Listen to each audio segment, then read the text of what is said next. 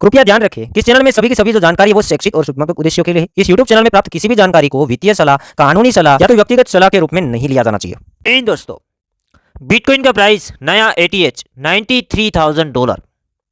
दोस्तों, सबसे पहले मैं माफ़ी चाहता हूं आप लोगों से कि प्रीवियस 3-4 दिनों से मैं खुद एक्टिव नहीं हूं, क्योंकि मुझे कोई अर्जेंटली हॉस्पिटल का काम आ गया था और आपको बिना बताए ही मैं चला गया और 4 दिन से मैं मार्केट के अंदर एक्टिव नहीं था। जो कि टेलीग्राम के अंदर अपडेट आपको मिल रहे होंगे, जो हमारे एडमिन है वो टेलीग्राम को हैंडल करते हैं, तो न्यूज़ वगैरह तो आपको मिल ही रहा होगा। तो मुझे माफ़ करना दोस्तों, मैंने आपको अपडेट ही नहीं किया कि मैं हॉस्पिटल के काम में जा रहा हूँ और अर्जेंटली जाना हुआ था। आज की इस वीडियो के अंदर हम बिटकॉइन के बारे में बात करेंगे, साथ ही साथ कुछ न्यूज़ अपडेट है उससे भी कवर करेंगे। बिटकॉइन का प्राइस नया एटीएच $93,000 के आसपास चला गया था और अभी एवरेज देखेंगे तो $90,000 के आसपास ट्रेड कर रहा है। सबसे पहले हम न्यूज़ देखेंगे, उसके बाद बिटकॉइन के बारे में आगे बात करेंगे। दोस्तों, सबसे पहली न्यूज़ अपडेट आई थी अमेरिकन जो यूएस कंज्यूमर प्राइस इंडेक्स का जो सीपीआई डाटा है हमारे सामने आया था, मतलब महंगाई दर हमारे सामने आया था 13 तारीख के आसपास। सितंबर महीने के अंदर 2.4% जितना महंगाई दर था, बट इस बार बढ़ गया था, जो कि बात नेगेटिव बन रहा था, बट उससे उल्टा हुआ मार्केट ऊपर चला गया। ऐसा इसलिए हुआ मार्केट ऊपर चला गया क्योंकि लोग डायरेक्टली बेरिश हुए होंगे, लोगों ने शॉर्ट ओपन किए होंगे और एक तरफ ट्रंप विन किए थे और मार्केट को और ज़्यादा बूम के अंदर लाया गया और काफ़ी बड़ा लिक्विडेशन भी हुआ था, जो कि आंकड़ा हमारे टेलीग्राम के अंदर शेयर किया गया था कि काफ़ी लोग लिक्विडेट हो गए जिसने बड़ा लेवरेज के साथ ट्रेडिंग किया, क्योंकि बिटकॉइन का मूवमेंट उतना बड़ा आ गया ना, तो लिक्विडेशन गेम हो गया। तो ये यहाँ पर देखिए इन्फ्लेशन डाटा थोड़ा नेगेटिव साइड गया है, 0.2% बढ़ के आया है। सबसे पहले न्यूज़ अपडेट बन जाती है। सेकंड हम बात करेंगे तो रिपल के प्राइस के अंदर काफ़ी ज़्यादा राइज देखने को मिला, जो कि टेलीग्राम के अंदर काफ़ी टाइम पहले, इलेक्शन से पहले ही रिपल के बारे में कुछ बड़े बड़े ट्रांजेक्शन हुए थे। बड़ी बड़ी वेल ने एक्सचेंजों से खरीद के रिपल को प्राइवेट वॉलेट के अंदर ट्रांसफर किया था। वो न्यूज़ भी टेलीग्राम के अंदर हमारे एडमिन ने शेयर किया ही था। तो रिपल का प्राइस $0.8 के ऊपर ट्रेड कर रहा है और ये ज़्यादा इसलिए हाइप में आ गया, एक तरफ ट्रंप विन किए और रिपल होल्डर को ये लगने लगा है कि अब गैरी जेंसर है वो रिजाइन करेंगे। उसे ऐसा हिंट मिला है कि वो रिजाइन करेंगे, इसलिए रिपल के प्राइस के अंदर जंप देखने को मिला। साथ ही साथ बात ये भी है कि ट्रंप विन किए, बिटकॉइन भी पंप किया, तो बड़ा फंडामेंटल स्ट्रॉन्ग प्रोजेक्ट है वो चलेगा ही चलेगा। तो रिपल $0.8 के ऊपर ट्रेड करना शुरू कर दिया। आगे हम बात करेंगे 84 ईयर ओल्ड नैन्सी पेलोसी ने ऑफिशियली ये फाइलिंग किया है कि वो री इलेक्शन के लिए शायद यहाँ पर फाइलिंग किया है 2026 के लिए। आगे हम बात करेंगे 2.8 trillion asset manager Goldman Sachs ने $710 मिलियन वर्थ के बिटकॉइन ईटीएफ का होल्डिंग है उसे डिस्क्लोज किया है। मतलब इतना बड़ा कंपनी है वो भी 700 मिलियन डॉलर के बिटकॉइन ईटीएफ है वो होल्ड करते हैं। क्यों? प्रॉफिट कमाने के लिए। आगे और हम पॉजिटिव चीज देखेंगे तो ये वीक के अंदर अमेरिकन इलेक्शन हुआ और इलेक्शन के अंदर अंदर ही ऑन चेन बहुत ज़्यादा ट्रांजैक्शन हुआ है। लाइक बिटकॉइन के अंदर, इथेरियम की ब्लॉकचेन के अंदर, ट्रोन की ब्लॉकचेन के अंदर, Solana, GK Singh, layer 1 and layer 2 सारी की सारी ब्लॉकचेन का जो ट्रांजैक्शन हुआ है ऑल टाइम हाई हुआ है। एक ही वीक के अंदर 172 मिलियन ट्रांजैक्शन ही टोटल हुआ है, ऑल टाइम हाई के ऊपर चला गया है ट्रांजैक्शन का आंकड़ा। आगे हम बात करेंगे तो माइकल सेलर एसएससी के जो गैरी जेंसर है वो रिप्लेस होंगे, तो भी वो बुलिश हैं। डिजिटल एसेट के लिए रूल्स आएंगे, रेगुलेशन आएंगे, काफी कुछ इसने वीडियो के अंदर बताया। मैं एक बार वीडियो क्लिप को भी प्ले करता हूं। That are in focus with the Trump administration coming into play. SEC chairman, for example, a lot of expectations that Gary Gensler is going to step aside. And I realize Bitcoin itself is governed as a commodity, unlike other cryptocurrencies. But when you're talking about the ETFs and when you're talking about the cryptocurrency exchanges and when you're talking about companies like yours, MicroStrategy, which is publicly traded, it is SEC. So how important is that appointment going to be?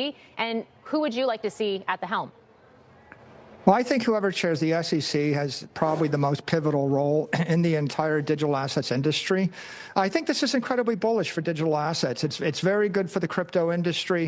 We're going to see a lot more pro-Bitcoin policies. We're going to see a digital assets framework. We're going to see an end to the war on crypto. We're going to see a lot of pro-business policies. And I think that clearly the SEC will be a big part of it. So it's above my pay grade to have an opinion on who it's going to be, but I think it's pretty clear the House, the Senate, the White House, they're all very pro-crypto. So I expect that we'll have a very... तो आप लोगों ने यहाँ पर Michael Saylor का video देख ही लिया और बुलिश बातें उसने कर दी है। अब मैं फियर एंड ग्रीड इंडेक्स की बात करूंगा तो लोग ज़्यादा ग्रीड हैं। जैसे इस तरफ कैसे लोग ज़्यादा डरते थे, 20 के ऊपर जब आंकड़ा चल रहे थे बहुत ज़्यादा लोग डर रहे थे कि भाई मार्केट खत्म हो जाएगा।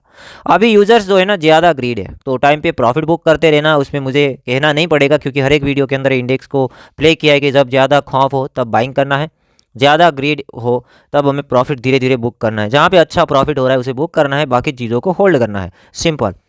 आगे हम बात करेंगे तो $100 बिलियन एसेट मैनेजर वान इंक ने ऐसा कहा है कि उसका बिटकॉइन का टारगेट इस साइकिल के अंदर $1,80,000 के ऊपर है।